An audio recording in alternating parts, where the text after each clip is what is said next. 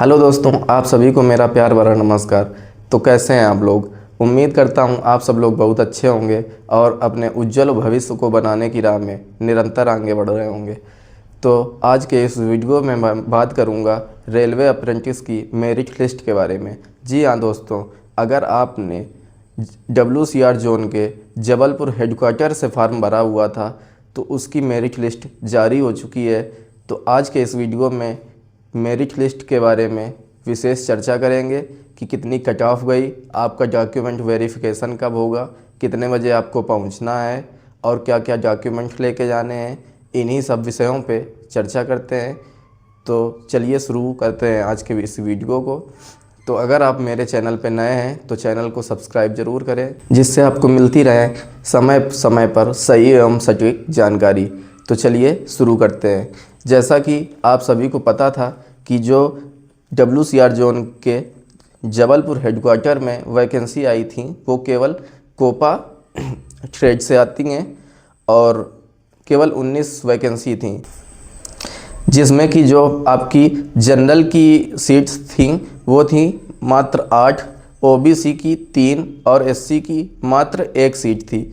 ST candidate के लिए 5 सीटें थी और EWS कैंडिडेट के लिए मात्र 2 सीटें थी और PWBD कैंडिडेट के लिए केवल 1 सीट और एक सर्विसमैन के लिए 1 सीट थी। तो जिसका अभी हाल ही में जिसका आज कट ऑफ जारी हुआ है। तो जनरल का कट ऑफ मैं आपको बताऊंगा। जनरल का कट ऑफ यहाँ पे गया है 75.48, OBC का गया है 65.75, SC का गया है 72.08, ST का गया है 65.25, EWS कैंडिडेट का गया है 66.32 और PWBD कैंडिडेट का जो गया है कट ऑफ वो गया है 66.32। और जो आपकी एक्स सर्विसमैन के लिए 1 सीट थी उसके लिए कोई कैंडिडेट नहीं मिला, तो उसका कट ऑफ जारी नहीं हुआ है। तो बात करते हैं कट ऑफ के बारे में कि आखिर इतना कम कट ऑफ क्यों गया और मात्र 19 सीट थी जबकि। तो जो कोपा ट्रेड के कैंडिडेट होते हैं वो काफ़ी कम होते हैं, जिसकी वजह से कट ऑफ कम गई है। 19 वैकेंसी थी और उसका 3 गुना बुलाना था कैंडिडेट को, तो 3 गुना मिलना भी मुश्किल हो गए। मेरा मतलब ये है कि जैसे जनरल की 8 सीट थी तो उसका 3 गुना होता है 24, तो 24 बच्चे जनरल के मिलने मुश्किल थे, इस तरह था। तो इस वजह से कम ज़्यादा किया गया है इसमें कि जिसके कैंडिडेट पूरे नहीं थे, जैसे कि जनरल के थे जनरल की 8 वैकेंसी थी और उसके 24 बच्चे बुलाने थे, तो जैसे उसके 24 बच्चे नहीं मिल पा रहे हैं तो दूसरी कैटेगरी से उसमें ऐड किए गए हैं।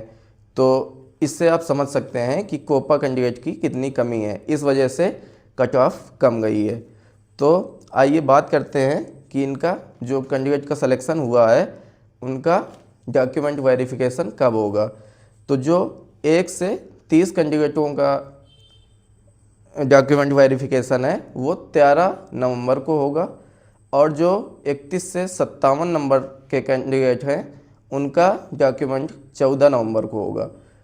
तो आपको जो एड्रेस दिया हुआ है आपके ई-कॉल लेटर में, तो वहाँ पे आपको 10 बजे पहुँच जाना है और आप ये प्रेशर लेके ना चलें माइंड में कि 10 बजे ही मुझे पहुंचना है। बाई चांस, पहली बात तो आप 10 बजे पहुंच जाइए। अगर बाई चांस आप लेट होते हैं तो उसमें कोई दिक्कत वाली बात नहीं है, थोड़ा बहुत कम ज़्यादा भी हो जाएगा। और रही बात डॉक्यूमेंट वेरिफिकेशन में, डॉक्यूमेंट क्या क्या लगेंगे, मैंने इसके पहले एक वीडियो बना दिया है। जो जबलपुर डिवीज़न में डॉक्यूमेंट लगेंगे वही same document Jabalpur headquarter division में लगेंगे।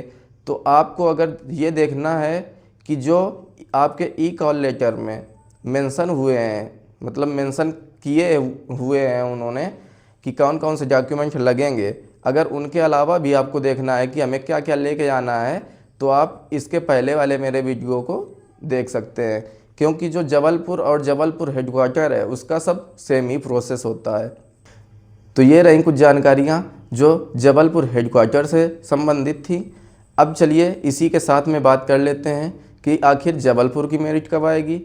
तो इन दोनों का प्रोसेस जो होता है वो साथ में ही होकर चलता है लगभग।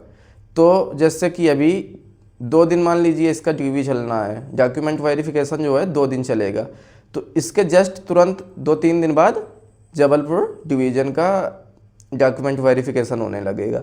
तो यही मान के चलिए आप कि ज़्यादा से ज़्यादा 1-2 दिन और लगेंगे, आपकी जबलपुर डिवीज़न की मेरिट लिस्ट आ जाएगी हर हाल में। और बहुत ज़्यादा मैंने बताया था पिछले वीडियो में कि बहुत ज़्यादा जब होगा तो 5 नवंबर तक जाएगी, नहीं तो उसके पहले पूरी उम्मीद है कि आ जाएगी आपकी मेरिट लिस्ट। तो आपको उसमें चिंता करने की कोई बात नहीं है। तो चलिए इस वीडियो को यहीं समाप्त करते हैं। उम्मीद करता हूँ मेरे द्वारा दी गई जानकारी आपको 100% संतुष्ट कर रही होगी। बाकी अपने किसी भी समस्या या सवाल के लिए आप हमसे कमेंट बॉक्स पे जुड़ सकते हैं। मैं आपके सवालों का 100% सटीक एवं सही जवाब देने का पूरा प्रयास करूंगा। धन्यवाद।